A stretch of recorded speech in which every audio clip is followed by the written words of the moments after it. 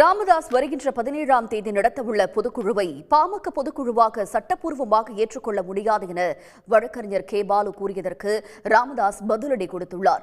17ஆம் தேதி நடைபெறவுள்ள பொதுக்குழு திருப்பு முனையை ஏற்படுத்தும் என்று ராமதாஸ் தெரிவித்துள்ளார். தற்பொழுது ஒரு பொதுக்குழு நடத்துவதாக ஒரு செய்தியும் அந்த பொதுக்குழு கட்சியினுடைய பொதுக்குழு என்றும் சொல்லியிருக்கிறார்கள். 9ஆம் தேதி நடத்தப்பட்ட பொதுக்குழு தான் சட்டப்பூர்வமான பொதுக்குழு. அதற்கு பிறகு அது 17ஆம் தேதியாக இருந்தாலும் அல்லது வேறு தேதிகள் நடத்தப்பட்டாலும் அந்த பொதுக்குழுக்களுக்கு அது பொதுக்குழுவாகவே சட்டப்பூர்வமாக ஏற்றுக்கொள்ள முடியாது. எந்த சட்ட அங்கீகாரமும் அதற்கு கிடையாது.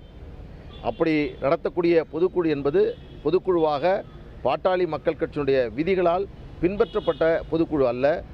இதுதான் இன்றைக்கு இருக்கக்கூடிய நிலை. ஏனென்றால் பொதுக்குழுவை கூட்டுவதற்கும் தலைமை தாங்குவதற்கும் யாருக்கு அதிகாரம் இருக்கிறது என்பது கட்சியினுடைய விதியில் தெளிவாக சொல்லப்பட்டிருக்கிறது.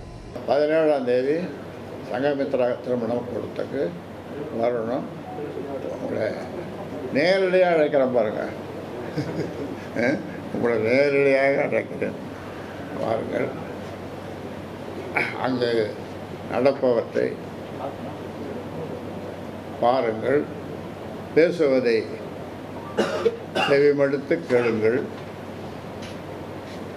அது ஒரு திருப்பு முனையாக அந்த பொதுக்குழு, சிறப்பு பொதுக்குழு அமையும் என்று நினைக்கிறேன்.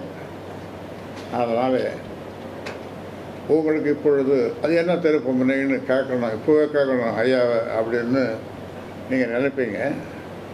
ஆனால் இப்போ நான் சொல்ல மாட்டேன். உடனுக்குடன் செய்திகளை தெரிந்து கொள்ள சன் நியூஸ் பெல் ஐகானை கிளிக் பண்ணுங்கள்.